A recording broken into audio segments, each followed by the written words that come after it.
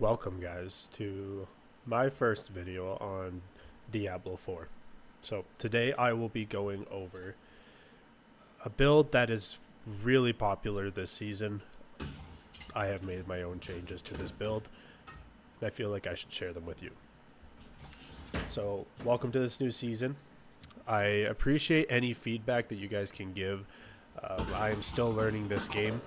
I am not perfect. As you can see, I'm only Paragon 100, but I have some feedback, some adjustments that I think that make this build even better.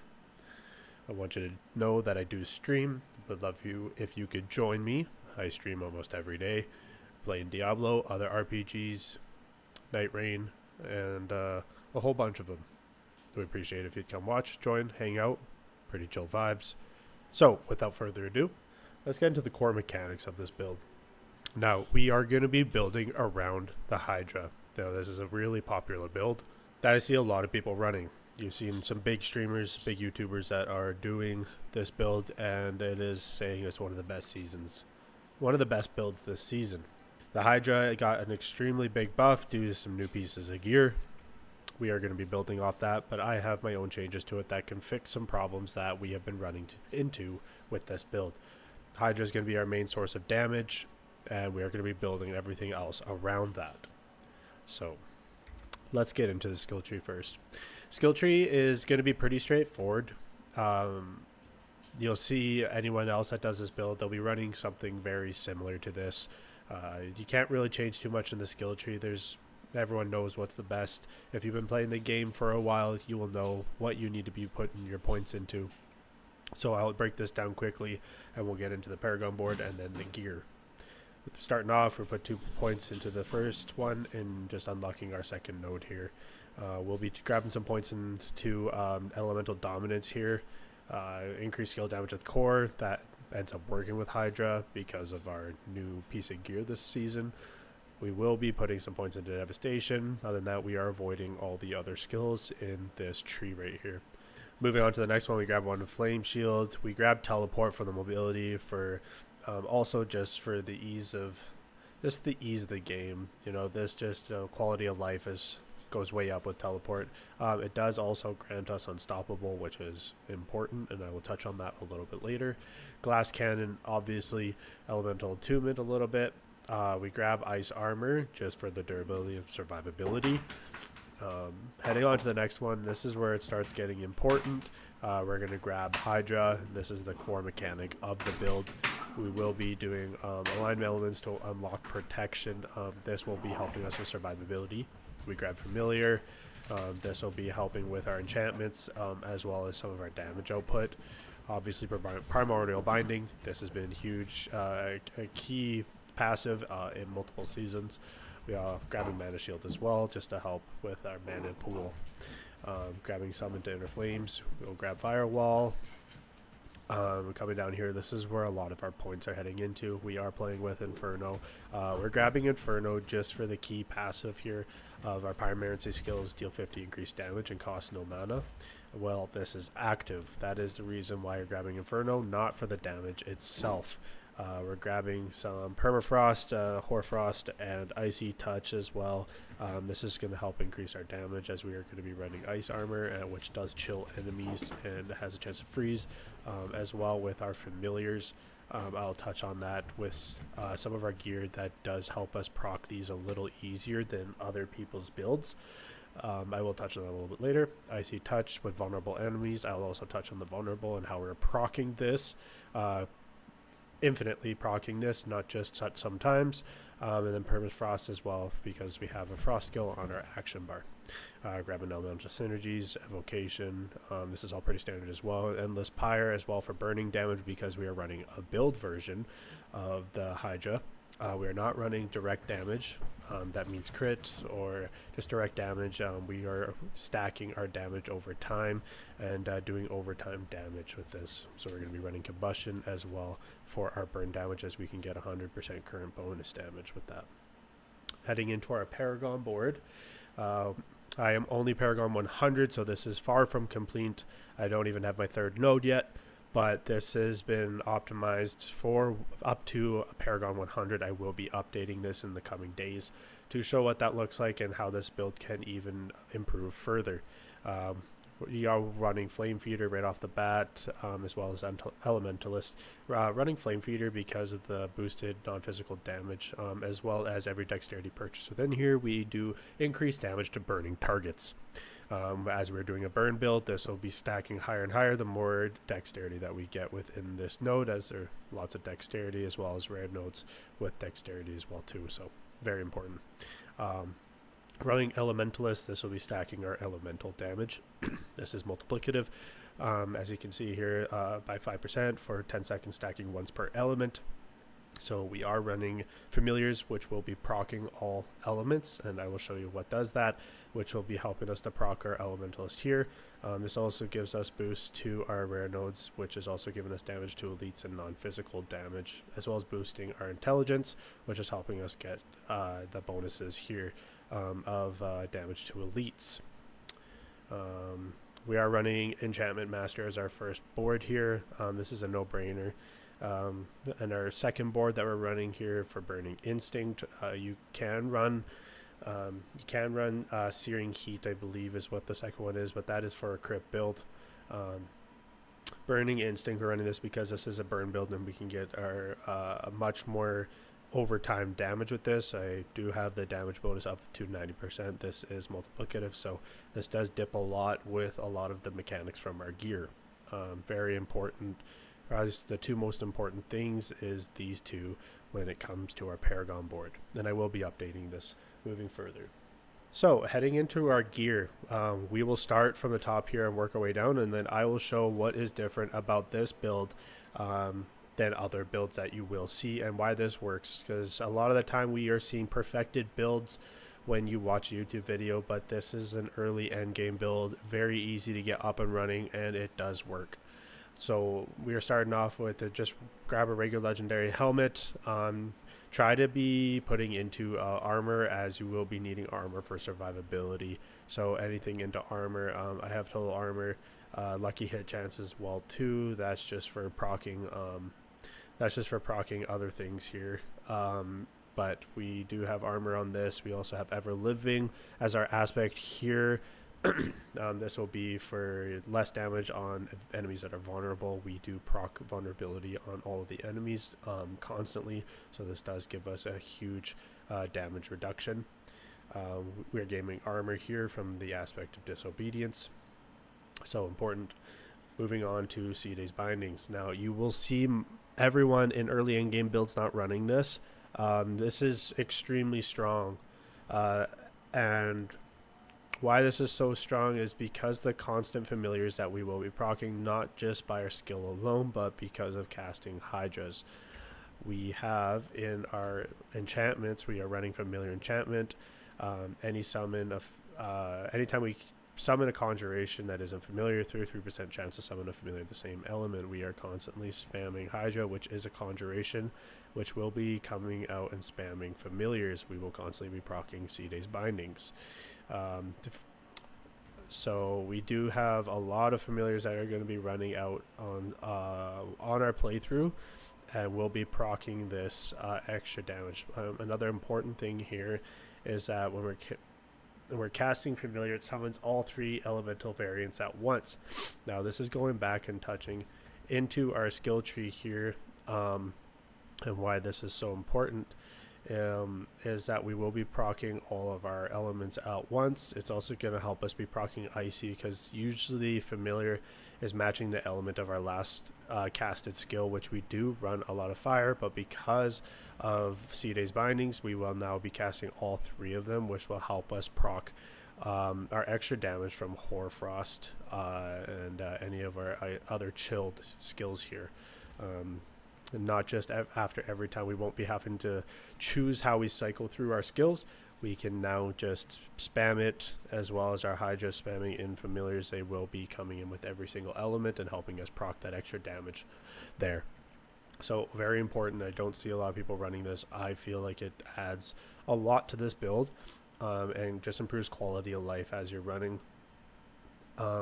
into the early end game and into the far end game here. I'll be touching on these pants here at the end. This is some of the changes that we are making, especially to end game builds. So I will be touching on this. The next important one is flicker step. This is extremely important for this build to be functioning because of the attacks reduce evades cooldown by 2 seconds. Each enemy you evade, also for the aspect of it, each enemy you evade through reduces your active cooldown by 3.2 seconds up to 10 seconds.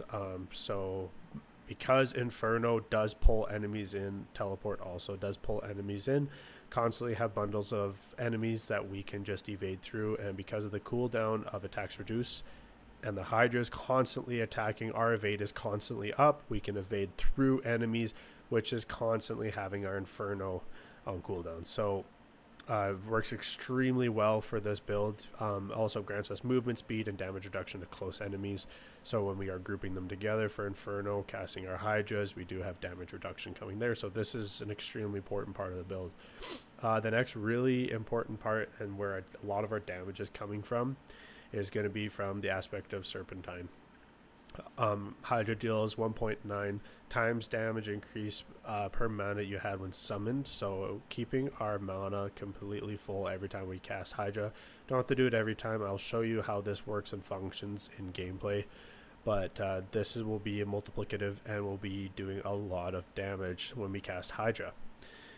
This is the biggest part of the build, Ophidian Iris. Any YouTuber will be touching on this when they talk about the Hydra build for Sorcerer. So this has been beaten to death, but Hydra is now a core skill, always summons a 3-headed Hydra whose attacks explode on impact. Now this is where it gets important here. For each head above 3 that it would have had, the Hydra instead grows larger and deals 95 times increased damage. You can get that up to 100. So Ophidian Iris already gives us casted Hydras have +2 heads at the top there. So we're getting +2 there. I have a good roll here, and I also rolled my master working onto it 2 times to give us +8 heads. We are getting +10 heads there. So that is +7. So that is 7 times 95. You're looking at, 600% damage there, high 600% damage. So very, very strong, especially on your weapon. I highly recommend putting casted Hydras have additive heads to be able to proc this damage even more. This is where all of our damage is coming from. So very important to get. You can get this from, there's a few bosses you can get this from.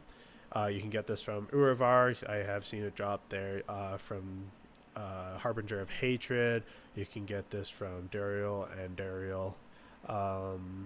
Also, if you do have some Betrayer's Husks, you can do Belial, and Dariel, Harbinger of Hatred. I have seen it drop from Uravar's. You can also get it from the season caches as well too, as well as this season's caches, which you can find over in Kirigar or Sirigar, however you pronounce it. Caches do tend to drop this. Whisper caches, the season caches. So there's a few places you can get this. Talrash's Iridescent Loop, we're running this again for the elemental damage that it does give. So very important. We've ran this multiple seasons in a row, so this is very strong. Then we're just running Engulfing Flames here. Again, this is just for elemental damage, mostly for burning here. So I ran Intelligence here, Hydra damage, and Resource Generation as well, just to help with proccing, being able to do the maximum damage with Serpentine.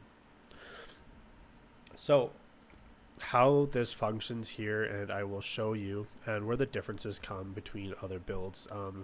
So Tybalt's Will is not ran in all the other builds. They usually run Axial Conduit.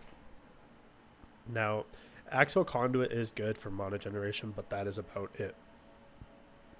So they are running this because of the resource generation. We do not need this for a couple of reasons, and why I think is it is a waste of time. Axial Conduit becomes kind of useless because of Firewall.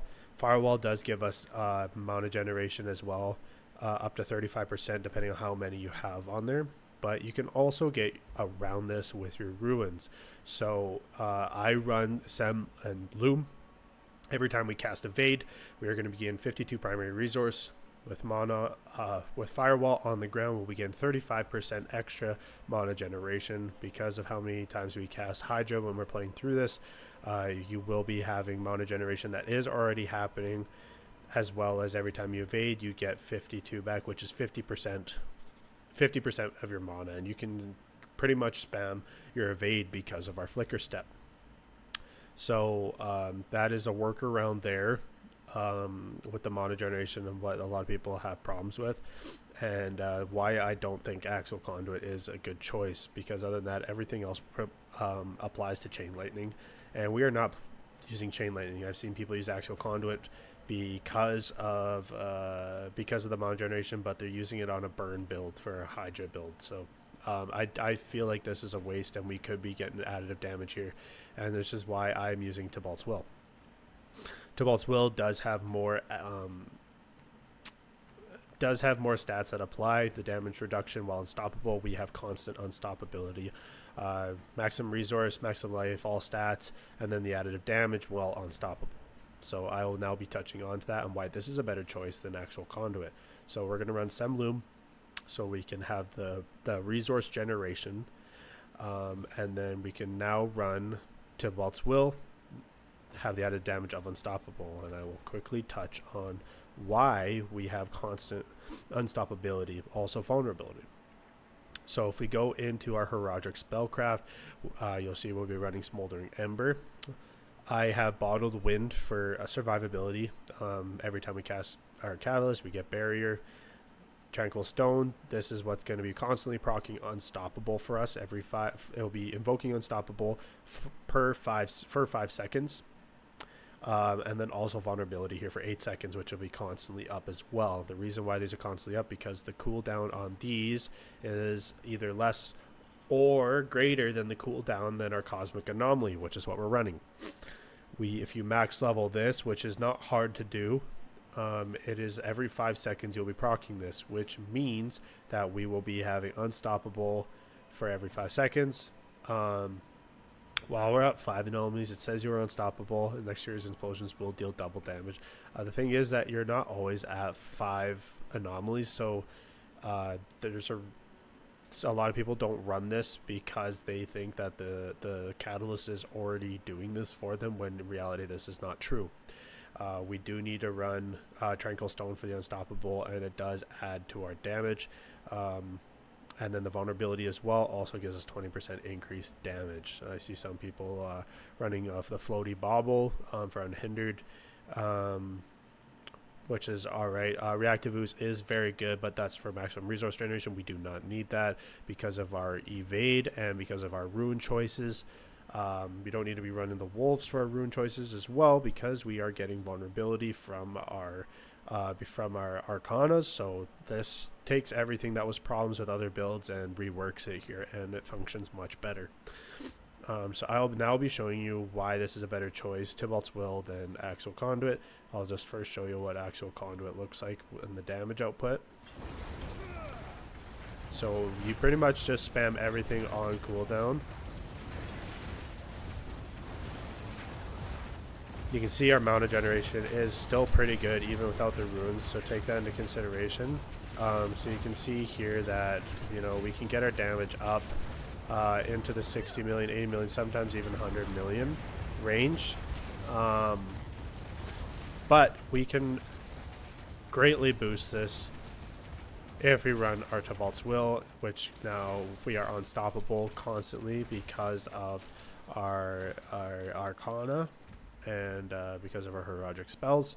And you will see the kind of damage that we now put out and the constant mana generation that we have because of our runes.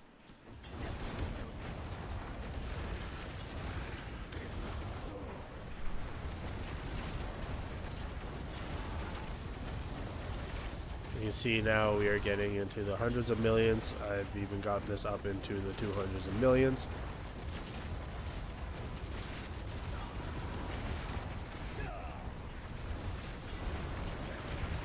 You can see there now we're in the 200s of millions. So this greatly increases our damage, almost doubles our damage because of Tybalt's Will. This is dipping into a lot of mechanics here. I'm not sure why, but it greatly increases our damage with burning stacks, and I cannot recommend this enough. I recommend switching out other pieces of gear instead of this one. We're also running C-Days bindings, which I don't see a lot of people running when it comes to enchantments. Gold standard is usually familiar, so I feel like we should be running C-Days bindings no matter what. So yeah, that is it for gear. I've touched on where we get all this, the mechanics of it and how it works and how much more damage this does proc. I can do Torment 3 with this comfortably. I just run Torment 2 just for ease of mind, and just for as I get my Paragon level up here, and then running Torment 4. I have unlocked Torment 4 already with this build at Paragon 1. I actually unlocked it at Paragon 90. So this build is quite strong. You can just run through and constantly be spamming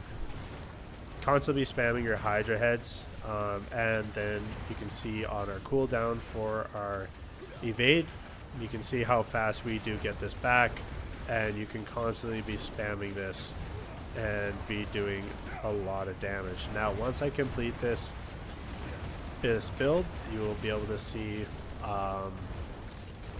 there's some improvements that I will make with this build, as I haven't really touched too much on masterworking some gear. This isn't masterwork, this isn't masterwork, this is barely. We got this one because of the importance of the casted Hydra heads. I'm gonna re-roll this.